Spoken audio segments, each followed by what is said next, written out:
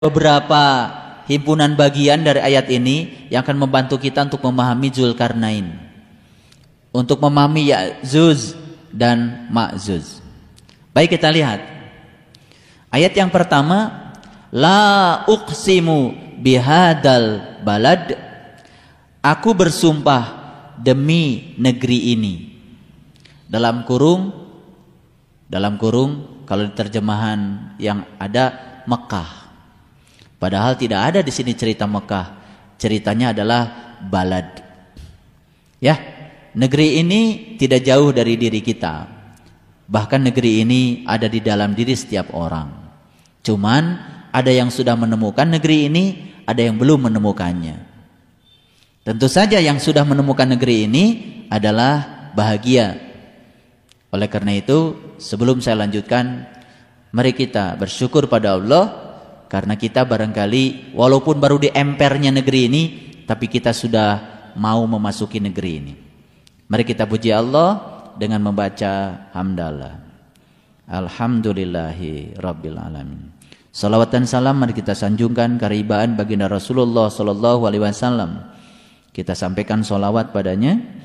Allahumma salli ala Sayyidina Muhammad wa ala ali Sayyidina Muhammad. Kita awali kajian ini dengan membaca basmalah. Bismillahirrahmanirrahim. Aku bersumpah dengan negeri ini. Paham? Jadi Allah harus bersumpah untuk negeri itu. Ya, karena betapa pentingnya negeri itu. Negeri yang abadi, tempat kita tinggal. Negeri yang penuh kasih, negeri yang penuh dengan kedamaian. Tapi sedikit sekali orang yang mau tinggal di negeri itu. Makanya tadi dikatakan, ya, ketika seseorang sudah mencapai jati diri yang terdalam, maka hambatan eksternal menjadi hilang. Maka dia akan memasuki jalan bebas hambatan untuk menemukan kebahagiaan. Jadi kita semakin tahu ya, bahwa semesta telah mengajarkan, begitu kita berfokus keluar, ternyata kita akan capek dan lelah dengan kehidupan ini. Begitu kita berfokus ke dalam, ternyata yang di luar ikut menjadi damai. Karena apa? Karena kebahagiaan hanya bisa ditemukan di dalam. Yang kedua, ya, wa anta hillun bihadal balad, dan kamu bertempat di kota ini, dan kamu bertempat di negeri ini. Anta di sini siapa? Ya ente. Siapa saja orang yang sudah tahu negeri itu pasti akan suka untuk bertempat tinggal di negeri itu. Setuju nggak? Saya mau tanya sekarang, begitu kita dikenalkan negeri itu, rindu nggak untuk selalu tinggal di negeri itu? Rindu nggak untuk selalu masuk ke negeri itu? Betul? Kalau kerinduan itu sudah ada pada diri kita, ayat yang kedua berarti sudah masuk. Bayangkan orang bagaimana bisa rindu, tahu saja tidak. Ayat pertama belum masuk, ayat kedua tidak akan pernah bisa dialami. Lihat ayat ketiga, cepat saja ya. Wa walidin wa ma walad, demi bapak dan anaknya. Loh, kok ceritanya bapak dan anak? Bapak itu kan leluhur, anak itu kan keturunan. Betul nggak? Ngerti? Jadi sebetulnya ketika seseorang tahu negeri ini hari ini, sebenarnya dia menyelamatkan dua generasi. Yang lalu itu terselamatkan, yang kemudian juga terselamatkan. Karena apa? Yang lalu yang belum selesai bisa ditarik kembali untuk menjadi anak-anak kemudian. Dan yang kemudian yang belum lahir akan menjadi calon-calon untuk meneruskan generasi yang lalu. Dua generasi kita selamatkan kalau kita tahu negeri ini. Makanya barang siapa yang sudah tinggal di negeri itu, sebetulnya dia memiliki kesempatan untuk menyelamatkan dua generasi, yang lalu dan yang akan datang. Oleh karena itu kita doa, Allahumma gfirli zunubi li walidayya warhamhuma kama robayani sagir. Yang dibicarakan itu kan bapak, ibu, dan masa kecil. Betul? Itu kan ada hubungannya bagi yang tahu. Terus lanjut agak cepat. Laqad khalaqnal insana fi kabad, sesungguhnya kami telah menciptakan manusia, ya, berada dalam keadaan yang amat payah. Betul? Iya. Semua manusia itu payah, susah payah. Yang belum punya pekerjaan, payah. Dia mencari pekerjaan, payah. Setelah dapat pekerjaan, payah. Betul nggak? Iya. Begitu gajinya kecil, payah.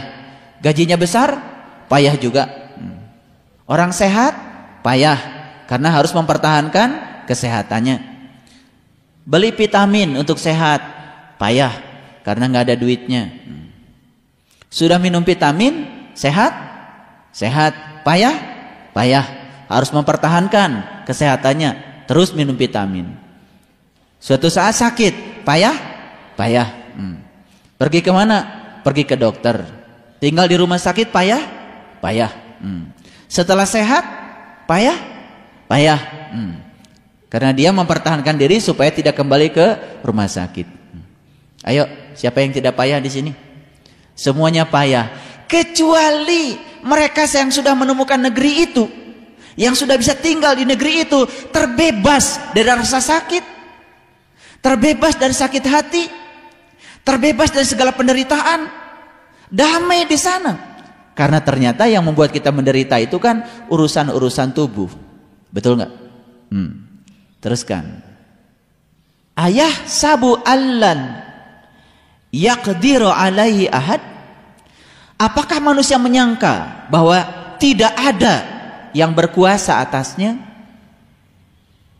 Jadi manusia kan sering merasa bahwa dialah yang paling berkuasa pada dirinya sendiri.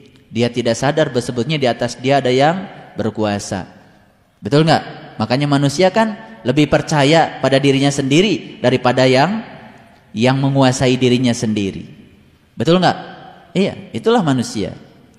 Yang keenam, yaqulu ahlaktu malan lubada, dan mengatakan aku telah menghabiskan harta yang banyak. Malan lubada. Betul nggak? Manusia untuk memenuhi segala keinginan dan kebahagiaannya merelakan menghabiskan apa saja. Harta itu bisa banyak, termasuk juga waktu. Banyak di antara manusia yang menghabiskan banyak waktu, banyak uang, banyak harta, tetapi tetap saja dia belum merdeka. Sebetulnya Quran surat Al-Balad itu cerita tentang kemerdekaan. Mari kita lihat ayat berikutnya. Ayah sabu allam yarahu ahad. Apakah dia menyangka tidak ada yang melihatnya? Ya. Alam naj'al lahu ainain. Bukankah kami telah memberikan kepadanya dua mata? Betul? Mata yang mana?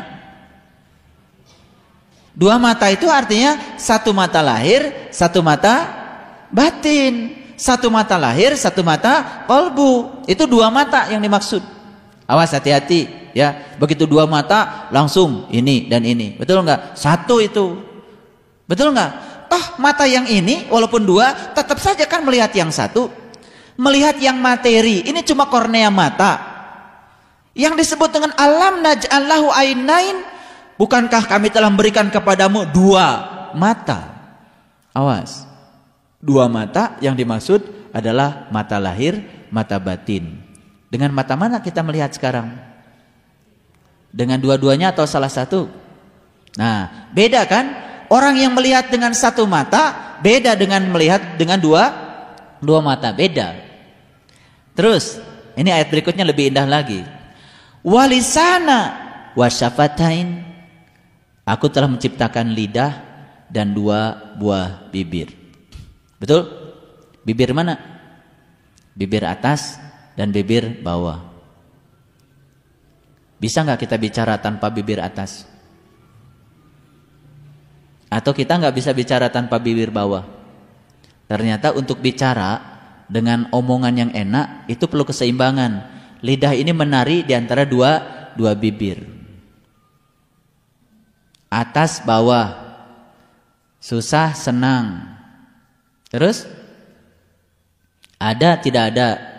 Terus? Hah? Ya. Tua, muda. Sakit, sehat. Jadi sebetulnya itu perlu nggak dua-duanya? Sakit, sehat perlu? Perlu, supaya lidahnya bisa bicara. Jadi sebetulnya kita tidak pernah sadar bahwa sebetulnya segala hal yang bertentangan dalam hidup ini kelihatannya atas bawah bertentangan. Tidak, atas dan bawah itu sebenarnya saling melengkapi. Bagaimana suara saya bisa terdengar kalau tidak ada atas dan bawah? Bagaimana hidup kita bisa dinamis kalau tidak ada atas dan bawah? Bagaimana hidup kita bisa seimbang kalau tidak saling melengkapi? Betul nggak? Semua orang Bandung beunghar sadayana susah atuh bade ngabangun oge. Daya nu kersa nembokna. Betul nggak? Itulah prinsip keseimbangan. Nah, sekarang kita lihat ayat berikutnya. Wa hadainahun najdain, dan kami telah menunjukkan kepadamu dua jalan. Oke, saya mau tanya sekarang. Dua jalan ini apa? Dua jalan ini apa? Kalau memahami ini nanti akan memahami Ya'juj dan Ma'juj. Apa dua jalan itu? Ya? Baik dan buruk. Ayo milih yang baik, milih yang buruk. Tuh, menderita. Ya kan tadi bibir atas dengan bibir bawah itu harus diterima dua-duanya. Bagaimana lidah bisa ngomong kalau nggak ada bibir atas bibir bawah? Selama ini kan kita ini disebut baik, ini disebut buruk. Lalu mencengkram yang disebut baik, kemudian menendang yang disebut buruk. Apa yang terjadi? Yang terjadi kan kita sengsara, menderita. Betul nggak? Kalau gitu, kalau saya kasih penjelasan sekarang. Kalau ada jalan lurus dan jalan bengkok, pilih mana? Nah, udah mulai pinter. Ya. Awas, jangan pilih jalan lurus. Ya, coba kalau pesawat lurus saja, gimana yang terjadi? Nabrak. Makanya pesawat lurus, tapi akhirnya naik. Betul nggak? Iya. Kalau udah naik itu nggak lurus, nggak bengkok, naik. Makanya yang sudah naik nggak mikirin lurus, nggak mikirin bengkok, udah naik kok. Jadi selama ini kan kita nabrak-nabrak terus, pengen yang lurus nggak dapat, yang bengkok juga dapat terus. Akibatnya apa? Nabrak terus. Padahal sebenarnya yang diinginkan cuma satu, kata Allah. Lihat ayat berikutnya. Fala aqtahamal aqabah. Tidakkah kamu mencoba jalan mendaki? Kalau mendaki ke atas atau ke bawah? Yes, ke atas. Jadi sebetulnya kalau kita ingin membebaskan dualitas, cuma satu, mendaki. Kemana mendakinya? Ke atas. Begitu kita mendaki ke atas, mendaki ke gunung, tinggal di al-balad yang tadi, apakah kita masih mempermasalahkan baik buruk? Apakah kita masih mempermasalahkan kaya miskin? Tidak. Di situ kita tidak mempermasalahkan lagi dualitas. Di situ yang ada cuma damai, hening, bening, diam, tidak bicara. Di situ kita tidak lagi komentar. Ini cocok menurut saya, ini tidak cocok menurut saya. Kan komentar semua di sini. Yang membuat kita lelah kan itu. Betul nggak? Iya. Saya mendukung ini, saya tidak mendukung itu. Capek nggak? Capek. Yang mendukung ini capek habis-habisan membelanya. Betul nggak? Yang tidak mendukung ini juga capek ketika mendengar orang lain mendukung dia. Lelah hidup seperti itu. Makanya saya ingin kita semua membebaskan diri dari mencengkram dan menendang. Dengan cara apa? Fala aqtahamal aqobah. Cobalah olehmu jalan mendaki. Nih sekarang saya kasih pertanyaan. Sejak kapan Bapak Ibu mulai bisa menerima dualitas? Kan sejak saya ajak mendaki, bukan? Betul nggak? Dulu tinggal di mana kita? Tinggalnya di kampung terus, nggak pernah mendaki, nggak pernah mau diajak ke kota yang tadi, nggak pernah mau tinggal di sana. Begitu kita sering tinggal di sana, ternyata kita merasakan, oh setelah tinggal di sana ya, kok sekarang saya ini jadi datar. Orang yang baik pada saya tetap baik. Orang yang jahat pada saya tetap baik. Kok dulu saya hanya bisa mencintai orang yang mencintai saya, sekarang kok saya bisa mencintai semuanya? Itu tandanya iman sudah tumbuh. Di sinilah iman menghasilkan cinta, cinta menghasilkan kepedulian, kepedulian menghasilkan kedamaian. Begitu kita sudah mendapatkan iman yang sebenarnya, damailah kita. Kapan kita damai? Ketika kita tidak terjebak lagi oleh untung dan rugi. Masih ingat kata-kata saya tadi? Suara hati, suara kebenaran hanya akan terdengar saat dimana pikiran kita berhenti dari untung dan rugi. Ayo kalau tidak percaya sama saya, lakukan sesuatu. Begitu untung, berisik kita. Komo rugi mah. Betul nggak? Untung keuntungnya berisik. Betul nggak? Apalagi ketika rugi mengeluh. Ketika kita membebaskan dari untung dan rugi, betulkah suara hati kita mulai bicara? Betulkah hasrat hati kita mulai terdengar dan ego mulai melemah? Setuju dengan saya? Dan ego itu justru sangat kencang suaranya saat dimana pikiran kita sedang digarap oleh untung dan rugi, oleh kecemasan akan hari depan dan penyesalan akan masa lalu. Coba, berisik nggak? Berisik. Sukses bisnis berisik, tidak sukses bisnis tambah berisik. Kapan kita nggak berisik? Dua-duanya berisik kok. Setuju dengan saya? Oke. Jadi kalau begitu, ini jalan yang ditawarkan oleh Allah. Kalau ini dua jalan, lurus dan bengkok, nggak usah dipilih dua-duanya. Pilihlah jalan mendaki. Tidak lurus, tidak bengkok, jalan mendaki. Mendaki kemana? Mendaki gunung. Menemukan apa? Menemukan kota di gunung. Waturi sinin wahadal baladil amin. Ternyata kota yang aman itu adanya di gunung. Subhanallah. Sampai sini paham? Oke. Fala aktahmal aqobah wa ma adraka mal aqobah. Apa sesungguhnya jalan mendaki itu? Nih, jalan mendaki.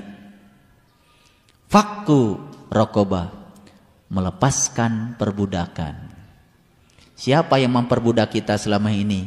Yang memperbudak kita adalah Ya'juj dan Ma'juj.